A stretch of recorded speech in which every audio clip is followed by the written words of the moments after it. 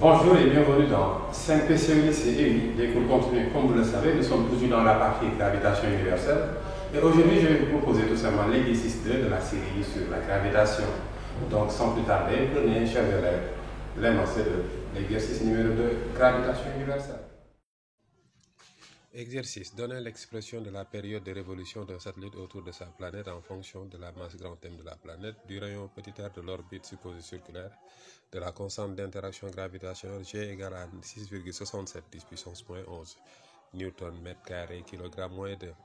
Deuxièmement, on donne la période de révolution et le rayon R de l'orbite des 5 satellites d'Uranus découverts depuis la Terre. 10 autres ont été découverts par la sonde interplanétaire Voyager 2 en 1986.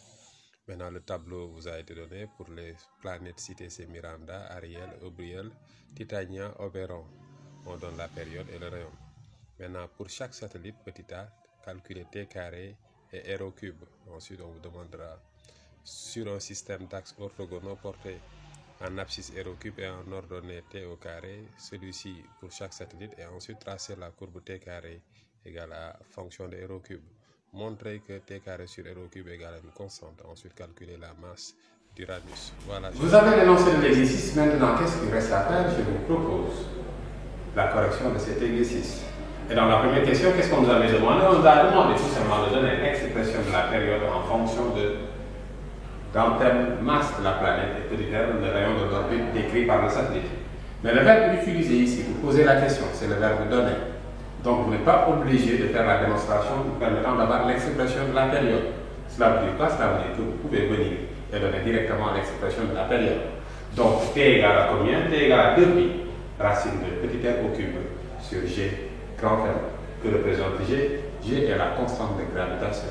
Voilà, chers élèves, pour cet exercice. Bien, pour cette question, ce qu'il fallait faire. Maintenant, on y va. Qu'est-ce qu'on a? Nous avons un tableau où nous avons 5 planètes. Pour chaque planète, nous avons sa période exprimée en jours, mais nous avons aussi son rayon exprimé en kilomètres. Et qu'est-ce qu'on nous demande? On nous demande tout simplement de calculer t au carré et r au cube. Qu'est-ce que nous allons faire? Donc, nous allons travailler, puis nous allons tout simplement ajouter la colonne de t carré et la colonne tout simplement de r au cube. Mais ici, ce que l'élève doit savoir, c'est qu'il peut pour le moment laisser les t carrés, le t en jour, je veux dire, donc ce qui veut dire que t carré sera exprimé en jour au carré.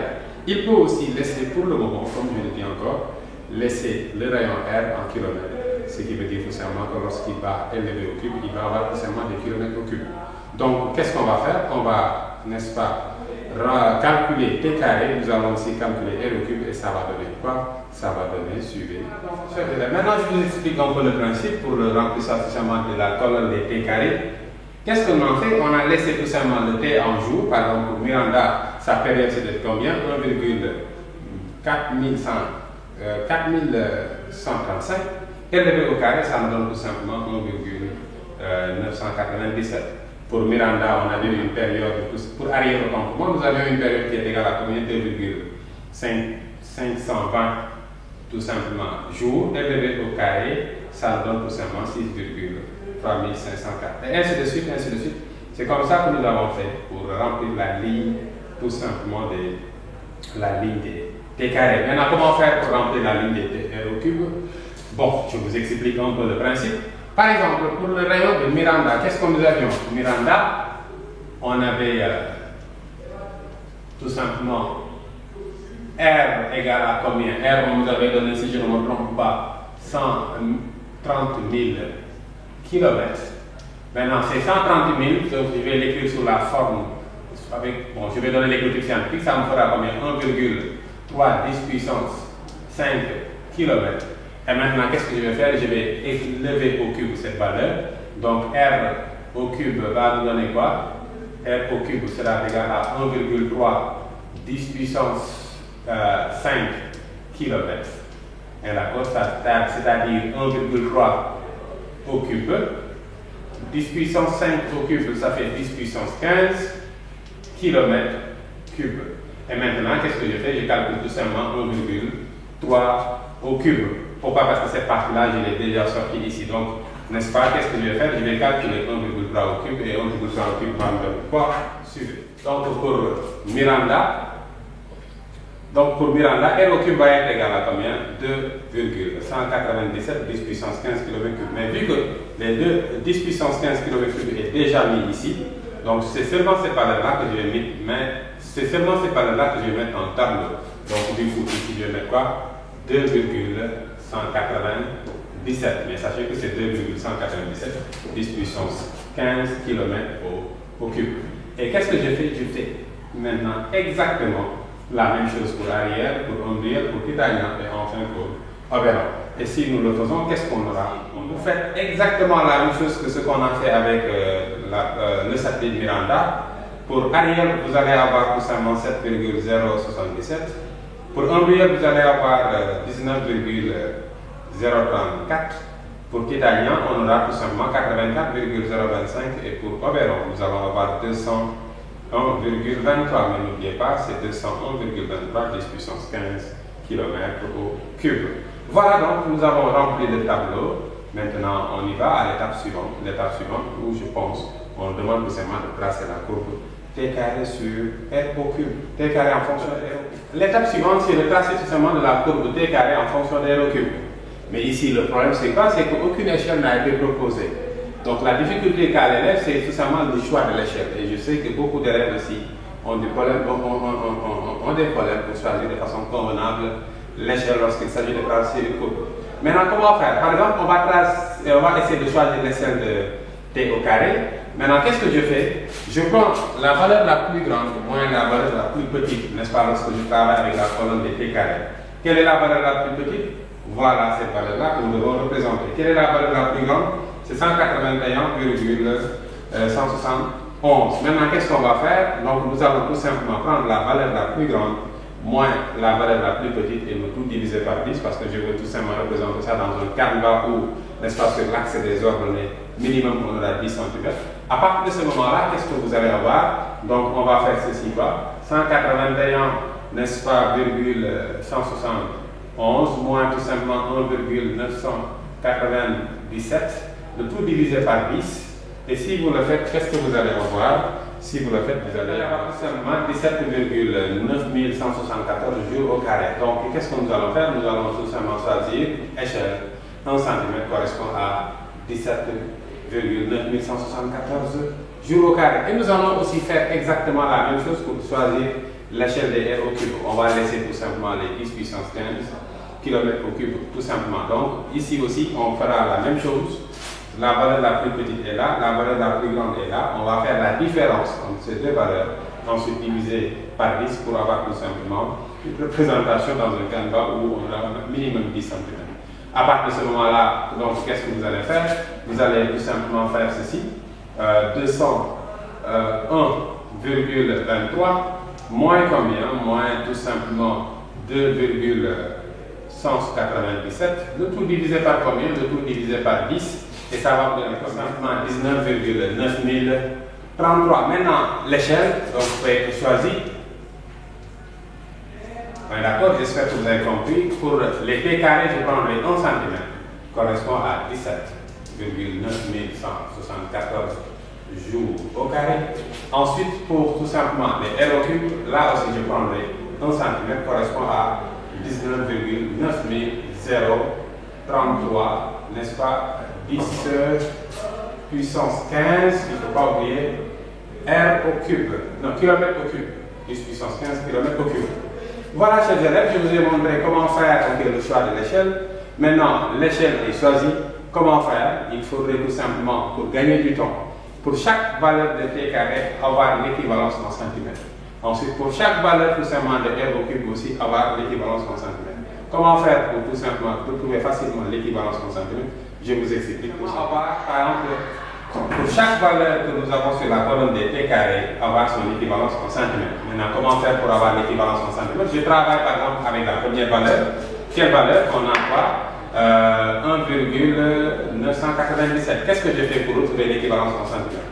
L'échelle des T carrés est là, donc on sait que 1 cm correspond à 17,9174 jours au carré. Maintenant, pour avoir l'équivalence de cette valeur, qu'est-ce que je vais dire? Donc, quel est le X centimètres qui va correspondre à 1,997 jours au carré? Et comme vous le savez, on va faire la règle de 3. Donc en faisant la règle de 3, qu'est-ce qu'on aura? Parce que l'objectif c'est de retrouver x.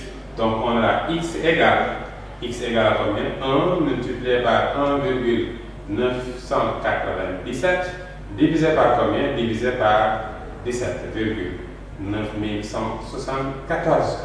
Maintenant, chers élèves, regardez. Donc ça c'est pour avoir la valeur de x qui correspond tout simplement, x en centimètres qui correspond à 1,997. Et vous savez qu'on va répéter, n'est-ce pas, la même opération pour avoir la valeur de 6,3500, n'est-ce pas, 4, ainsi de suite, ainsi de suite. Mais, si vous êtes intelligent, regardez, qu'est-ce que vous allez me dire? Vous allez dire tout simplement que cette partie-là ne changera pas. Cela veut dire que la valeur de 1 ne changera pas, cette valeur-là aussi ne va pas changer.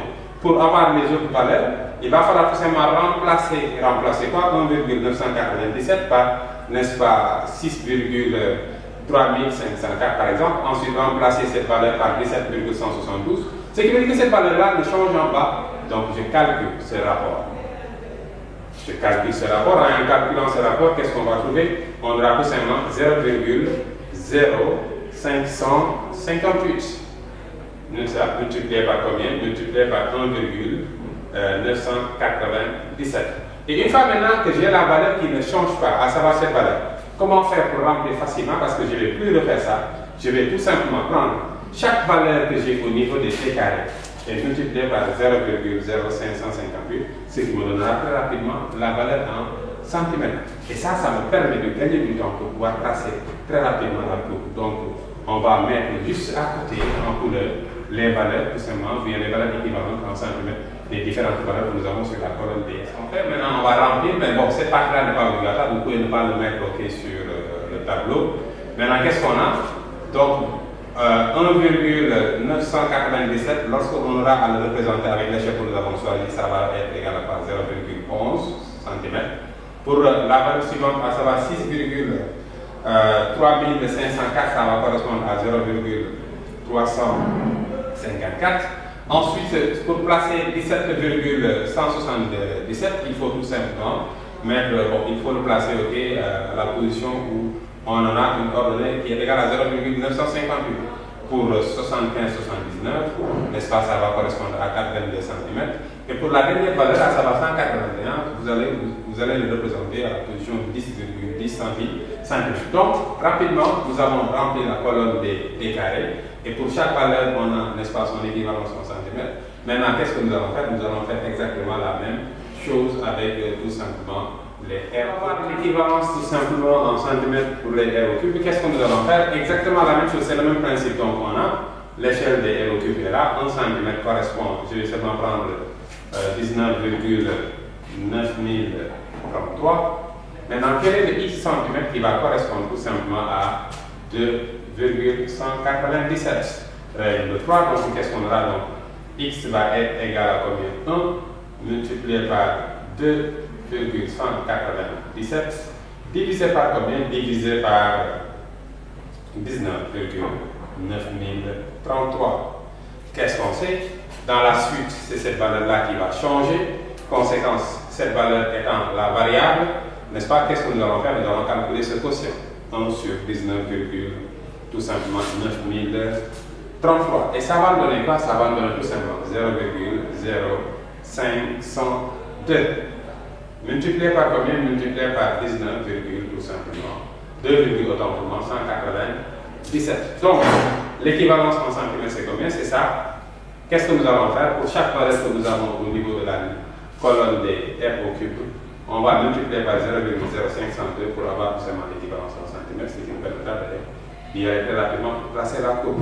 Voilà, et ça va donner la multiplication, n'est-ce pas? On prend la valeur, on multiplie par 0,0502. Pour 2,197, ça va correspondre à 0,15 cm. Pour 7,077 correspondra à 0,35 cm. Ensuite, pour 19,034, ça va correspondre à 0,95. Pour 84,025, ça va correspondre à 4,22.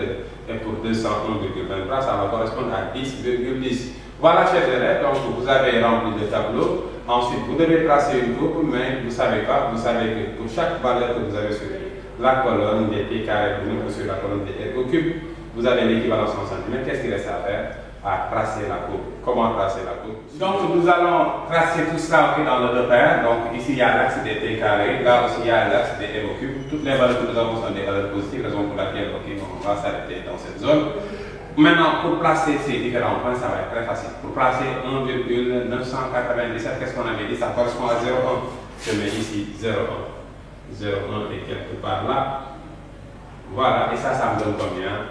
0,1 ici, c'est 0,11. 0,11 ici, ça va correspondre à combien? 2, on avait 2,197. De l'autre côté aussi, pour 1,997, ça correspond à 0,1. Donc là aussi, je place 0,1 sur la figure, sur l'axe des ordonnées. Et maintenant, les deux 0,1 placés vont me permettre tout simplement de placer le point correspondant. Voilà, faites très attention. Là, c'est des points très proches, raison pour laquelle je n'ai pas pris la règle. Sinon, il faut tracer avec la règle. Donc, là, cette valeur, c'est combien? C'est 1,997. Attention, ne mettez pas 0,11. Il faut mettre la valeur qui est sur la colonne. Donc, ça fait 1,997. Donc, le point là est là en jaune. Ensuite, pour la deuxième valeur, quelle est la deuxième valeur? Le deuxième point à placer. Ici, vous allez avoir combien? 0,35 cm qui va correspondre à combien? À 6,3504 joules au carré. Maintenant, comment faire pour placer 6,3504? On a dit que ça correspond à 0,35 cm. Donc, on y va. 0,35 c'est entre 0,3 et 0,4. Donc, ça c'est 0,1, 0,2, 0,3, voilà. Donc, ici, je suis là. Je suis là. Ça va correspondre à quoi? Ça va correspondre tout simplement à 6,3000. Donc, je mets ici 6,3504. 6,3504. Et de l'autre côté aussi, on aura 0,35 pour 7, combien? 0,35. Donc, 0,1, 0,2, 0,3, 0,35 et ici. Oui, d'accord. Bon, si je le place, ça risque d'encombrer la figure. Je trace l'axe vertical ici. Là aussi, la verticale. Le point d'intersection de ces deux points me donne ce point-là. Voilà. C'est bon. Pour la troisième valeur à placer, bien le troisième point à placer, c'est combien? 17,172 sur l'axe des ordonnées, ça va correspondre à 0,95 cm, c'est-à-dire entre 0,9 et 1. Donc 1 cm est là, entre 0,9 et 9, je suis ici. Voilà, et sa valeur c'est combien? Sa valeur c'est 17,192. 172 autant pour moi. De l'autre côté aussi, je vais placer cette valeur. Donc ici aussi, 19,034 correspond à 0,95. 0,95 cm, c'est ici. D'accord. Donc voilà.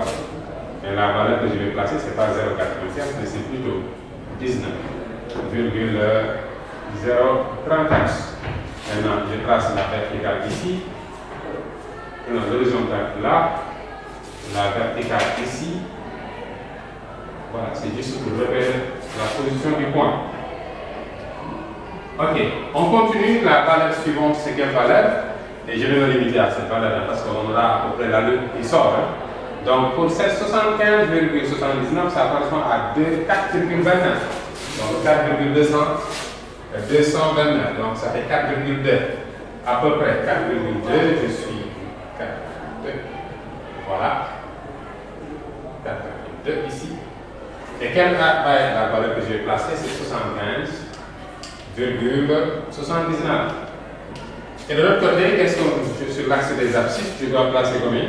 84,025 qui doit correspondre à combien? Qui doit correspondre, il correspond à 4,22 aussi.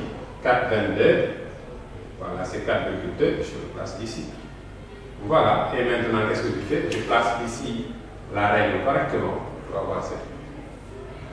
Là aussi, je place correctement la règle. On est d'accord pour avoir cette place. Ok, cette place. Donc, du coup, le point d'intersection de ces deux dates me donne le point. Le point, il est repéré là. Donc, vous avez les différents les différents points. Maintenant, qu'est-ce qu'il reste à faire? Il reste tout simplement à relier les points. Et en reliant les points, qu'est-ce qu'on a? Nous avons relié les points et qu'est-ce qu'on constate? Nous constatons tout simplement que nous avons une droite. Cela veut dire quoi? Cela veut dire tout simplement que t carré sur r au cube est une fonction linéaire. Pourquoi je parle de fonction linéaire? Parce que c'est une droite qui passe par l'origine. À partir de ce moment-là, graphiquement, qu'est-ce qu'on peut dire? Graphiquement, on a, d'accord, graphiquement, on a, qu'est-ce que nous avons? On a tout simplement t carré égale à quoi? Alpha multiplié par quoi? R au cube. Alpha représentant tout simplement le coefficient vecteur de la droite avec alpha. Alpha va être égal à quoi? Alpha égale à delta t carré sur tout simplement delta r au cube. Voilà, chers élèves, donc nous avons répondu à la question qui consistait à tracer la courbe t carré en fonction de r au cube. Je pense que maintenant on peut aller répondre à la question 3. Nous sommes à la question 3 de l'exercice où on demande tout simplement de montrer que t carré sur r au cube est égal à une constante, n'est-ce pas, relation appelée troisième loi de Kepler. Donc ce que l'élève doit savoir, c'est que la troisième loi de Kepler est une conséquence tout simplement de la période. Rappelons l'expression de la période. Donc on est à, on a t égale à quoi? Nous avions dit que c'est 2pi racine de r au cube sur g grand M. À partir de ce moment-là, qu'est-ce qu'on va faire? Nous allons tout simplement élever t au carré. Ce qui veut dire quoi? Donc t carré va être égal à quoi de l'autre côté? Vous allez avoir quoi? Vous allez avoir tout simplement 4pi carré, d'accord, multiplié par r au cube sur combien? Sur g grand M. À partir de ce moment-là, qu'est-ce que l'élève va faire? Donc on va diviser partout par r au cube.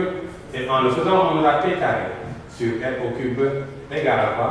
4pi carré sur g grand M. Maintenant, comment est 4pi carré sur g grand M? 4 constantes, pi carré constante. G, c'est la constante de gravitation.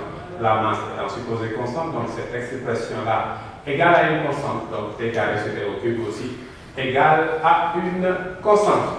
Voilà, donc nous avons répondu à cette question. Maintenant, on va répondre à la dernière question. Donc, pour calculer la masse, nous avons exploité tout simplement cette relation nouvelle que nous venons de démontrer. Et la courbe. Comment faire? Donc, d'abord, rappelons cette expression. Nous avons t carré sur r au cube égale à quoi? On vient de dire que c'est 4pi carré sur g grand M. Maintenant, graphiquement, qu'est-ce qu'on avait dit? Graphiquement, on a aussi, graphiquement, et d'accord, on a tout simplement t carré sur, on a tout simplement t carré égale à alpha multiplié par r au cube. Ce qui veut dire quoi? Ce qui veut dire tout simplement que t carré sur r au cube égale à quoi? Alpha. Mais rappelez-vous, alpha, on avait dit que c'est le coefficient vecteur de la droite. Là, c'est la première relation obtenue à la suite de l'exploitation de la période. Ça, c'est la deuxième relation que nous avons obtenue graphiquement. Donc, qu'est-ce qu'on a? 1 et 2, ok, partent de la même chose, à savoir t carré sur r au cube. Ce qui veut dire tout simplement que 4pi carré, d'accord, sur g grand M égale à combien? Égale à alpha. À partir de ce moment-là, l'élève nous dit que tout simplement g grand M, bien tout simplement, grand M autant pour moi égale à combien? Grand M va être égal à 4pi carré sur combien? 4pi carré sur 4pi carré, 4pi carré, 4pi carré sur g multiplié par alpha. Or, qu'est-ce que nous savons d'alpha? Alpha, on avait dit que c'était delta t carré sur delta r au cube. Donc, on va prendre deux colonnes, deux lignes, ok, différentes sur la. Je choisis seulement de calculer alpha avant de continuer la démonstration. Et pour calculer alpha, qu'est-ce qu'on va faire? On revient sur le tableau et on va prendre okay, deux lignes. Je prends cette ligne et quelle autre ligne? Et je prends celle-ci. Maintenant, qu'est-ce que je vais faire? Je vais calculer delta t carré sur delta r au cube. Je prends, n'est-ce pas, cette valeur 75,79 moins tout simplement 6,3504 divisé par, ok, là aussi on a 84,025 divisé par 7,0777. Mais attention aux unités. Conséquence, suivez attentivement comment faire pour calculer alpha. Donc, c'est tout simplement l'opération 75,79 moins 6,3504. Mais n'oubliez pas, on travaille avec des jours carrés alors qu'on doit travailler dans le système international. Donc, nous savons qu'un jour correspond à combien de secondes? 86 400. Mais c'était des jours carrés, donc on mettra 86 400 au carré. Ensuite, pour les r au cube, attention, sur l'axe des abscisses, on avait quoi? n'est-ce pas, 10 puissance 15, vous vous rappelez, 10 puissance 15 fois 10 puissance 15 km au cube. Cela veut dire quoi? Cela veut dire que les kilomètres aussi, nous devons les convertir en mètres pour travailler dans le système international. Vous savez que 1 km correspond à combien? 1 km correspond à 1000 mètres. Conséquence, nous devons aussi 1000 mètres pour dire 1 km, mais élevé au cube. Voilà, chers élèves, donc, n'est-ce pas, il faut faire très attention. Pour alpha, le coefficient vecteur, vous devez travailler dans le système international. Conséquent, vous devez convertir les p carrés en secondes carrées. Vous devez aussi convertir les r au cube en mètres au cube. Ceci étant fait, on va calculer la valeur de alpha. Donc, alpha calculé, alpha, vous allez avoir 6,736 10 puissance moins 15 dans le système international. À partir de ce moment-là, nous pouvons maintenant calculer la masse. On avait quoi? Masse égale à 4 pi carré sur g fois alpha, donc m égale 4 pi carré, vous vous rappelez, sur g fois alpha, donc m va être égal à quoi? 4 pi carré sur g, vous savez que c'est 6,67, 10 puissance moins 11. Pour ce qui est de alpha, vous allez trouver que sur mon compte, on avait trouvé 6,736, 10 puissance moins 15. Voilà, donc on pose l'opération nous permettant de calculer la masse quantique. Et les calculs nous donnent pas. La masse de l'Uranus, c'est combien? 8,751, 10 puissance 25. Mais n'oubliez pas de mettre l'unité. Voilà, chers élèves, comment la loi de Kepler nous a permis de calculer la masse tout simplement de la planète Uranus. C'est la raison pour laquelle le titre de cette exercice, je l'ai intitulé Merci Kepler, car grâce à toi, je peux calculer la masse de la planète. Donc, nous sommes arrivés à la fin de cet exercice. J'espère que la correction vous a plu. Et CNPC au lycée, c'est comme ça. N'oubliez pas tout simplement de vous abonner et de faire la promotion de la chaîne. Pourquoi? Parce que l'objectif, tout simplement, c'est d'épauler nos élèves, d'épauler tout simplement nos frères élèves, tout simplement, à bien comprendre les sciences physiques. J'ai aussi lu vos commentaires par rapport au post que j'avais fait concernant les exercices sur la partie cinétique chimique. Donc, sous peu aussi, c'est vrai, nous allons continuer la série sur la gravitation, au moins on aura un exercice. Et je vous proposerai un ou deux exercices sur la partie cinétique chimique. Donc, CNPC au lycée vous remercie et vous donne rendez-vous. À très bientôt.